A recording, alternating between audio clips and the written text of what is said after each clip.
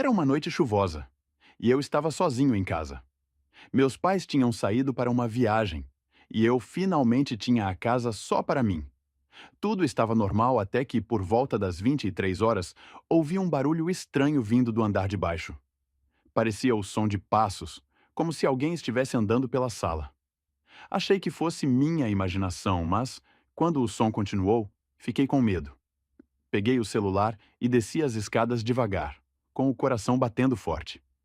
Chegando lá embaixo, a sala estava vazia, mas a porta dos fundos estava entreaberta, mesmo que eu tivesse certeza de tê-la trancado antes.